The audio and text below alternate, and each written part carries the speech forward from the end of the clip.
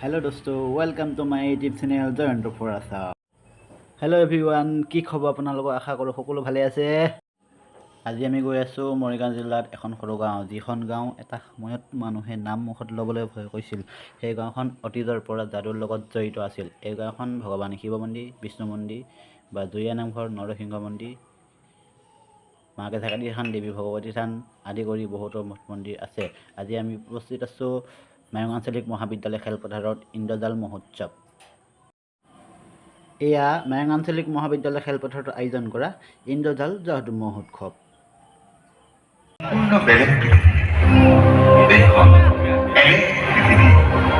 অসম্ভৱ বুলি কোনো শব্দই নাই, য'ত চাহ পোহৰৰ মায়াত বন্দী এই জগতখনতে উল্লেখ কৰিব পাৰে মানৱ মায়া। এইখন পৃথিৱীৰ বহুত কথা জীয়াই দিনে কান্দি ফুটেও পৰা মানৱ আপোনাৰ চকুৰ অদৃশ্য দৃশ্যমান সকলো বস্তু আপোনালোকৰ বিশ্বাস এখন যাদু ইয়াত সকলো কথাই এই যাদুৰ পৃথিৱীখনৰ মায়াৰ প্ৰতিটো মুহূৰ্ত উপভোগ কৰিবলৈ আপোনালোকৰ পৰা আমি দিব বিচাৰিছোঁ এটা মন আৰু আপোনালোকৰে আমাৰ বিনম্ৰ প্ৰযুক্তিগত পৰা আদি কৰি দিবলৈ মনোযোগ দিলি আমি আটাই ৰহস্যময় এই যাদু।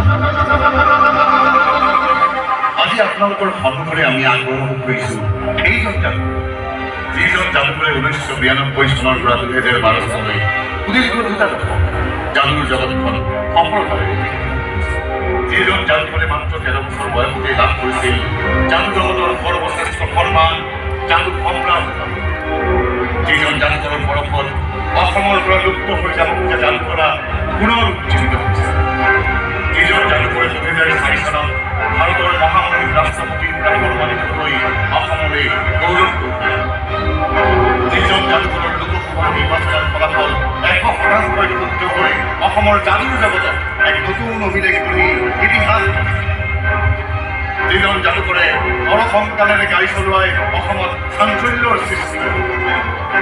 হয়, আপোনালোকে এইগৰাকী অসম সন্তানৰ নামেই হৈছে বিক্ৰম, যাদু সম্ৰাট Vikram.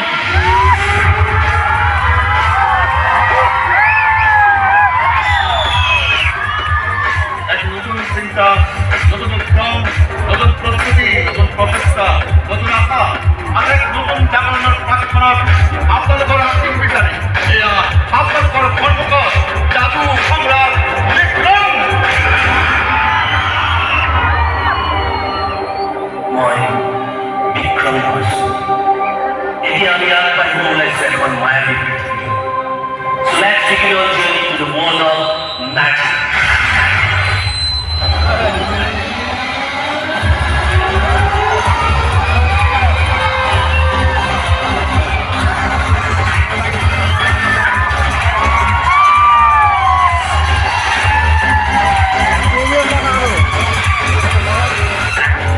Thank you so much. সকলকে যাদুৰ এই পৃথিৱীখনলৈ স্বাগতম জনাইছোঁ। অজস্ৰ দৰ্শক, অজস্ৰ যাদুপ্ৰেমী সকলো সন্মুখত দেখা পাই খুব ভাল লাগিছে। সকলোকে লৈ যাব বিচাৰিছোঁ যাদুৰ মায়াময় পৃথিৱী এখনৰ মাজলৈ। কিন্তু এই যাদুৰ পৃথিৱীখন যাবলৈ আপোনালোকে অলপমান কষ্ট কৰিব লাগিব, জোৰদাৰ হাত চাপৰি বজাব লাগিব। এটা ডাঙৰ হাত চাপৰি লৈ যাব পাৰে নেকি? হাত চাপৰিৰ লগত চিঞৰটো হ'লে আৰু ভাল লাগিব। হাত চাপৰি মই 1 2 3 বুলি কাউণ্ট দিম, তাৰপিছত একেলগে 1 2 3। ভাল হৈছে, অতি সুন্দৰ। কিন্তু আমাৰ ৰাষ্ট্ৰপিতা মহাত্মা গান্ধীয়ে এটা কথা কৈছে, যি কামে নকৰোঁ কিয় আমি 100% এফৰ্ট দিব লাগে। এইটো অলপ 60% মানৰ ভিতৰত হৈছিলে হাত চাপৰি আৰু চিঞৰটো, এইবাৰ 100% এটা এফৰ্ট দিম। ৰেডি 1 2 3। বঢ়িয়া, 100% পাইছে। কিন্তু আজি এইটো এটা বেলেগ অগতানুগতিক, এটা বেলেগ ধৰণৰ শ্ব'। এইটো বিহু অনুষ্ঠান নহয়, সাংস্কৃতিক অনুষ্ঠান নহয়, এটা এনেকুৱা আজিলৈ ভিডিঅ'টো ইমানখিনি আছিলে। যদি ভিডিঅ'টো চাই ভাল লাগিছিলে তেন্তে মোৰ এই ইউটিউব চেনেলটো ছাবস্ক্ৰাইব কৰি লগতে কমেণ্ট কৰি জনাব আৰু এটা লাইক শ্বেয়াৰ কৰিব নাপাহৰিব দেই দোস্ত। ধন্যবাদ।